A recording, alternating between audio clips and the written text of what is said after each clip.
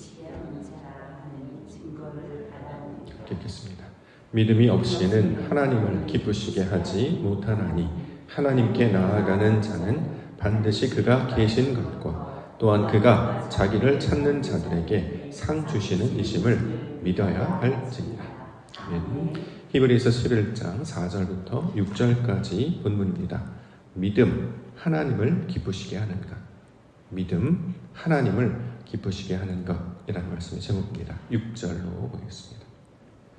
6절 말씀 보시면 믿음이 없이는 하나님을 기쁘시게 하지 못하나니, 다시 말하면 믿음이 있어야 하나님을 기쁘시게 하는 것이다. 믿음은 하나님을 기쁘시게 하는 일을 가리키는 말이다. 이렇게 우리가 이 말씀을 받을 수 있을 것입니다. 그러면 히브리서 11장에서 증거하고 있는 믿음이라는 것은 과연 그 내용과 실체는 무엇입니까? 그것은 다른 것이 아니라 하나님을 기쁘시게 하는 것, 하나님을 기쁘시게 하는 그 자가 되는 것이 바로 믿음의 본질이다라는 것이죠.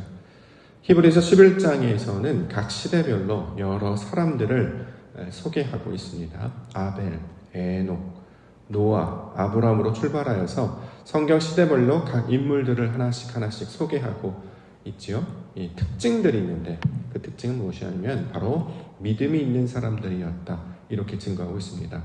믿음은 하나님을 기쁘시게 하는 것이기 때문에 그 믿음이 있던 사람들을 우리가 다시 이해해 본다면 이 사람들은 어떤 특징을 가지고 있느냐? 하나님을 기쁘시게 했던 사람들이구나, 이것을 우리 가운데 증거하고 있는 것이죠. 저와 여러분들도 믿음을 주시는 것은 하나님을 기쁘시게 하려고 믿음을 허락하여 주신 줄 믿습니다. 어떻게 해야 믿음이 있는 것인가? 어려운 것이 아니라 하나님을 기쁘시게 하는 것이 바로 믿음이 있는 것이구나, 이것을 우리 가운데 가르쳐주고 있기 때문에 이 내용을 우리가 함께 받고자 합니다. 자, 그러면 어떻게 하나님을 기쁘시게 할 수 있는가? 이전에는 하나님을 전혀 몰랐습니다. 하나님이 계시는지 안 계시는지도 몰랐고 어떤 분이신지 무엇을 좋아하시는지 전혀 알지 못했습니다. 그런데 성경을 우리가 듣게 되죠. 이 말씀을 듣게 돼요. 그래서 이걸 다른 말로 복음, 기쁜 소식이다, 이렇게 이야기합니다. 왜 기쁜 소식이냐면 하나님이 어떠한 분이신지를 우리 가운데 들려주고 있기 때문이었다는 거죠. 하나님은 이 세상 모든 만물을 지으실 뿐만 아니라 하나님의 백성들을 부르시고 구원하시기를 기뻐하셔서 언제 어디서나 함께 하시고 동행하시고 우리의 필요를 들으시고 날마다 함께 하시기를 기뻐하시는 분, 이렇게 성경은 소개하고 있기 때문에 자, 이 말씀을 듣고 반응하여서 일어나서 그를 찾아 나서게 하여 주셨습니다. 자, 이것이 바로 믿음이라는 거잖아요. 말씀을 듣고 하나님 살아계시는구나, 하나님 이렇게 하면 하나님 기뻐하시는구나 라는 것을 알게 하여 주셨습니다. 그래서 믿음이 생겼다라는 거죠. 예를 들어서 여호수아에 보면 이제 라합이라고 하는 기생이 있습니다. 라합은 이방 여인이었어요. 그런데 그가 소식을 듣습니다. 여호와께서 이스라엘이라고 하는 그 백성들에게 어떠한 일을 했다라는 소식을 듣고 나서 그는 바뀌게 되죠. 여리고 사람이었는데 그 히브리 사람 정찰 온 사람들을 숨겨줍니다. 목숨 걸고 그 일을 감당하게 됐죠. 왜요?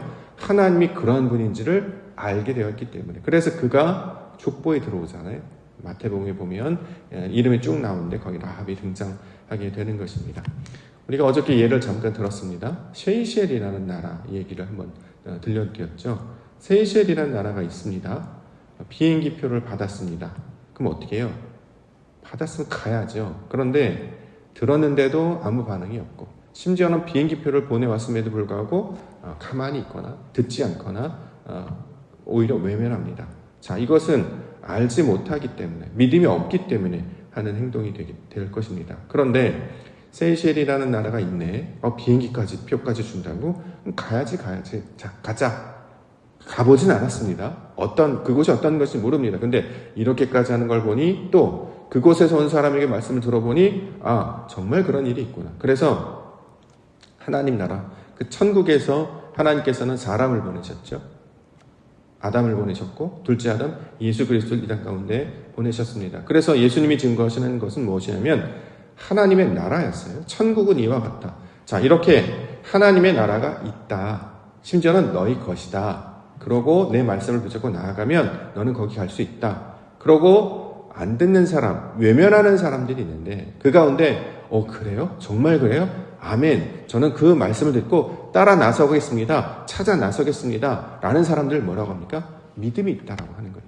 그걸 하나님께서 그 사람들에게 허락하여 주셨고 그렇게 들려주셨을 때 아멘으로 반응하고 또 하나님께서 알려주셨을 때 자리를 박차고 일어나 내가 나아가겠습니다 라고 일어나면 이것을 하나님이 기뻐하신다. 자, 이렇게 이야기하고 있는 것이죠. 어떻게 해야 이런 일이 일어나냐면 의심하지 말아야 합니다. 그 나라가 있는 게 맞아? 세이실이라는 나라 진짜 있어? 에이, 지어낸 거 아니야?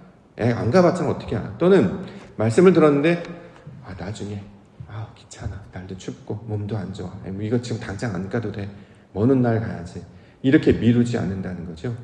이거 지금 나에게 하나님께서 부르시는 오라고 하시는 하나님의 복음의 초청이구나. 그럼 어떻게 해요?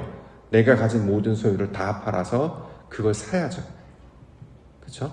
보화를 사야죠.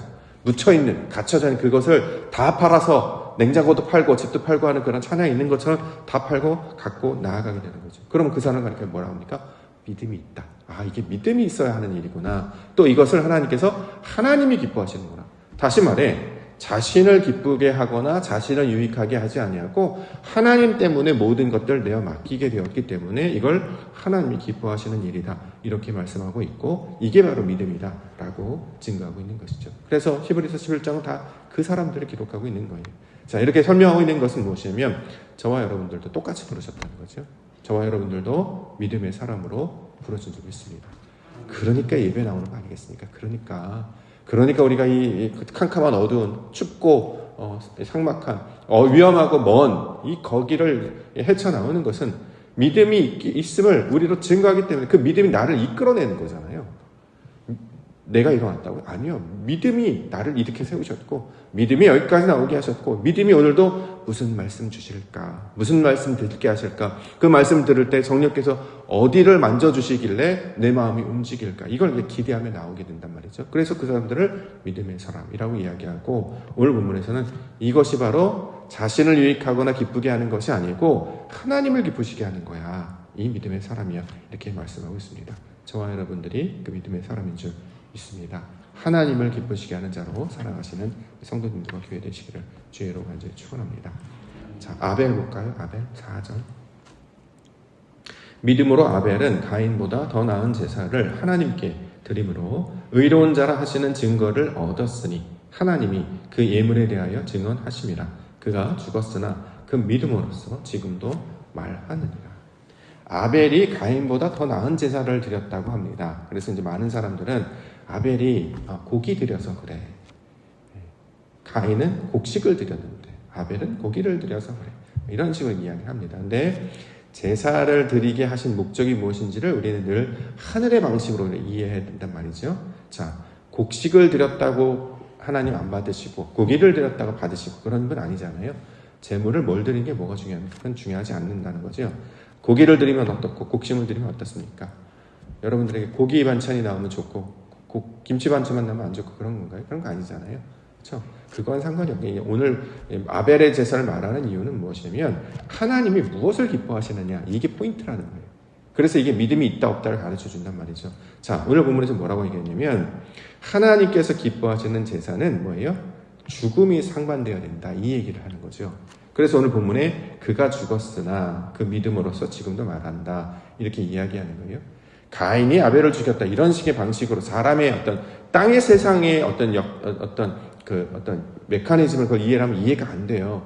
자, 아벨의 제사와 가인의 제사는 특징이 뭐냐면 아벨의 제사는 그것으로 말미암아 아벨은 죽었고 자신이 죽고 제사로 하나님께 드렸고 가인은 자기가 살았다 이런 뜻입니다. 다시 말해서 아벨의 제사를 통해서 말하고자 하는 것은 자신의 힘으로 드리는 제사이냐 아니면 자신이 죽는 제사이냐 그래서 하나님 무엇을 더 기뻐하시느냐 이것을 설명한단 말이죠. 하나님이 기뻐하시는 제사는 뭐예요?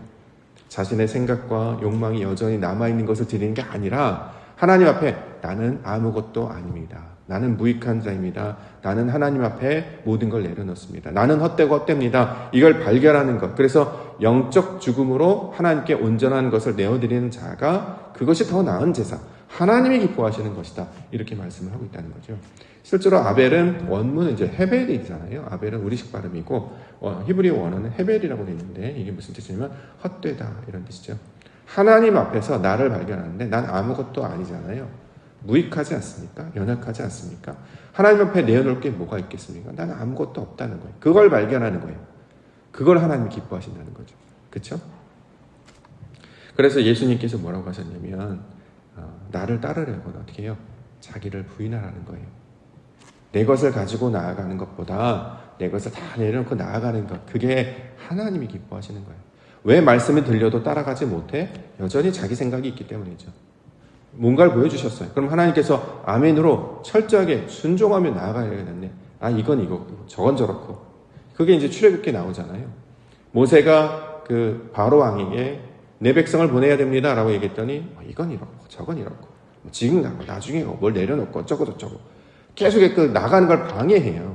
그렇죠? 못 나가게 한단 말이죠. 그런데 결국 하나님께서 강권적인 역사하셔 그들 인도하시고 홍해까지 광야로 인도해내십니다. 자, 하나님이 기뻐하시는 것은 이건 이렇고 저건 저렇고 내 생각은 이렇고 내 경험은 이렇고 거기에서 이 방식이 옳고 이런 걸 자기의 생각을 드러내라는 것이 아니라 하나님 앞에서 나는 없고 오직 구속한 주만 보입니다 라고 자신의 생각들 내어놓고 전적으로 하나님께 순종하는 모습을 드리는 이것을 하나님이 기뻐하시는 것이다 이렇게 얘기합니다. 그래서 이 죽음이라는 개념을 알아야 이게 풀린단 말이죠. 성경에서 죽음은 사람이 죽고 사는 그런 얘기가 아니라 영적 죽음을 가리킨다고 하는 말이었어요. 말씀으로 살아나는 것을 영적 죽음이라고 해요. 나는 죽고 말씀으로 사는 거예요. 육신의 사람은 죽고 말씀의 사람이 된단 말이에요. 옛사람은 죽고 새 사람이 된단 말이에요. 과거의 방식을 내려놓고 앞으로 다가올 미래 하나님이 주실 그걸 바라보며 나아가는 거예요. 이걸 하나님이 기뻐하신단 말이죠. 자, 이것이 바로 우리 가운데 주시는 아벨의 제사를 통해서 주시는 하나님이 기뻐하시는 것이다라는 것입니다. 그러므로 우리가 이제 예배하지 않습니까? 새벽기도 하지 않습니까? 이건 무슨 연습하냐면 매일매일 나를 내려놓는 연습이에요. 생각도 내려놓고 다 내려놓으라는 거예요. 그걸 하나님 기뻐하신단 말이에요. 소위 말하면 힘 빼는 작업이에요. 힘 빼는. 어깨 힘도 빼고 모든 걸 내놓고 삶의 모든 무게를 내가 들고 있으면 될 것 같잖아요. 근데 안 된다라는 걸 계속 경험하지 않습니까? 그러니 어떻게 해요? 가장 세상에서 말하는 무익하고 미련한 방법 하나님 앞으로 나아가서 하나님 날 받으시옵소서 주님 뜻대로 행하시옵소서 내가 주님 말씀에 온전히 순종하리이다. 자, 이것을 보이는 것이다 라는 거죠. 설날 잘 지내셨습니까? 설날 때 하는 행위가 있어요. 절하잖아요. 저는 그거 할 때마다 참 재미있다 이런 생각하면서 합니다. 무슨 뜻이냐면 이제 어른이 계시고 아이가 있고 그럼 이제 손 아래 사람이 손 위 사람들 뭐 합니까? 절해요. 절할 때 뭐라고 하면 절 받으세요 이렇게 하잖아요. 절 받으세요. 절 받으세요. 그래서 바짝 엎드립니다. 야, 심오한 뜻이 있구나. 나를 받으라는 거잖아요. 나 아무것도 안 하고 이렇게 할 테니 그럼 어떻게 해요? 어른이 내가 널 받겠다. 그래서 돈도 주고 잘 살아라. 행복하게 살아라. 하나님 앞에 예배한다는 게 절 드리는 거가 똑같아요. 나를 드려야 돼. 나를.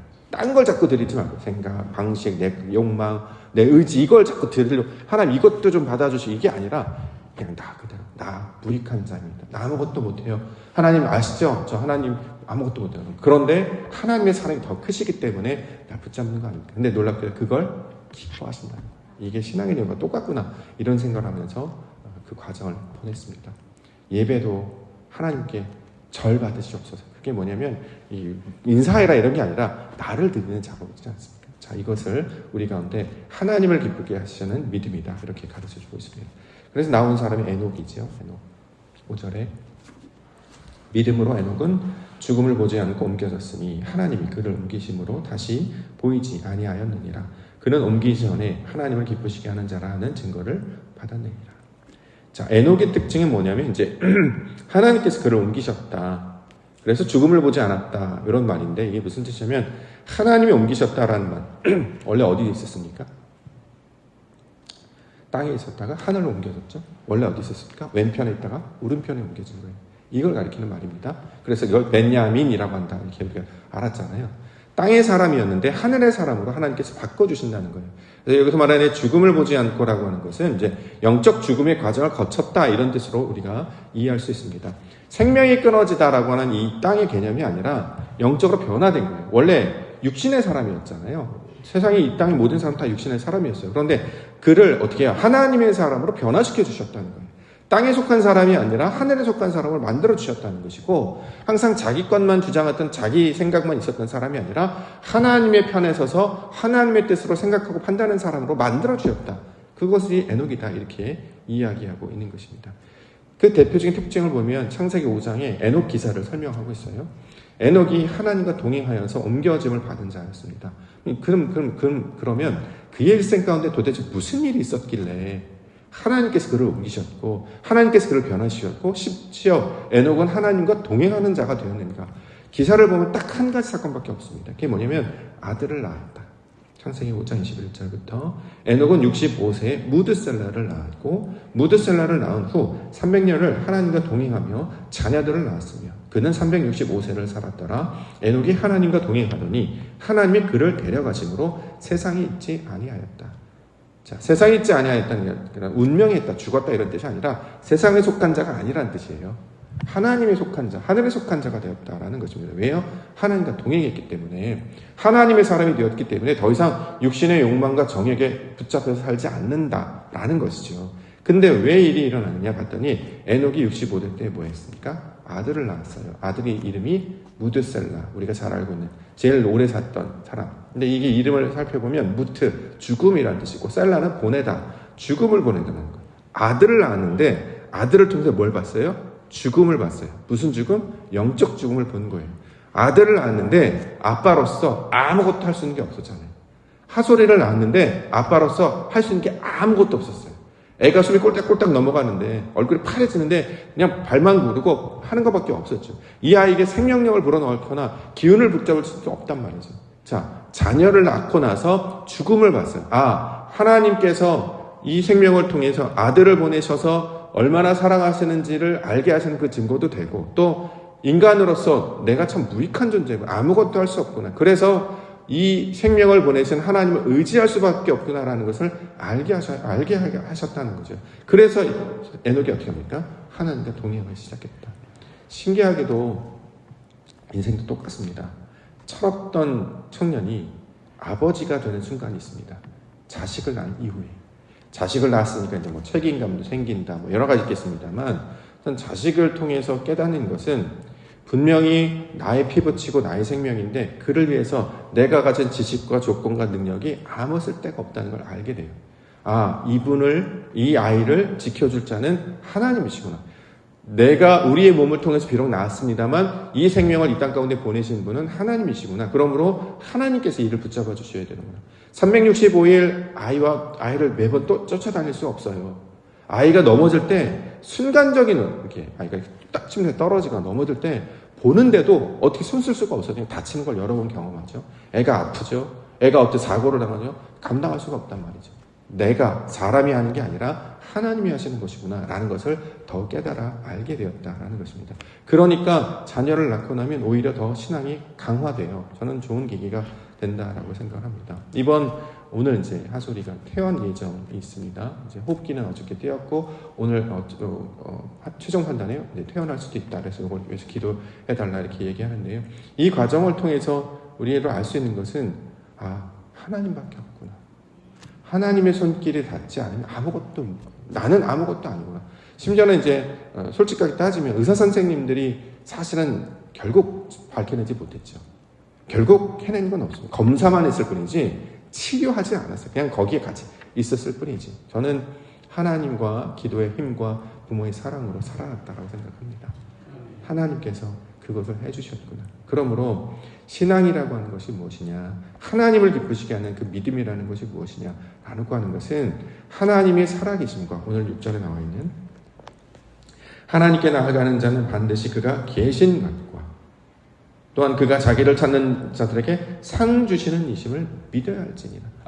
하나님 살아계시는군요. 주님 앞에 나아가면 하나님 좋은 것 주시는 것이군요 라고 해서 그 복음의 소식을 듣고 일어서서 달리다 쿵 아멘 하고 일어서 하나님 앞으로 나아가는 자들을 기뻐하시고 그걸 믿음이라고 이야기하시기 때문에 그 자들에게 우리 하나님이 영광을 나타내시고 보게 해주실 줄 믿습니다. 이 믿음을 증거로 확인할 날이 결국에 왔습니다. 야, 그날이 와요. 올까? 올 수 있을까? 근데 우리에게 그런 마음 있잖아요. 올 수 있을 것 같은데, 그날이 올 것 같은데, 그래 언젠가 완치돼서 태어날 것 같은데. 그래서 우리 하솔이 아빠랑 어저께 이야기하는데 첫 아이 낳았을 때 우리 아이 위해서 기도해 주세요. 이 얘기를 벌써 하시더라고요. 당연히 그렇게 하는 거예요. 그때는 뭐 우리 교회 전체 아마 잔치와 같은 날이 될 텐데 저는 그 전에 우리 찬양 인도하셨잖아요.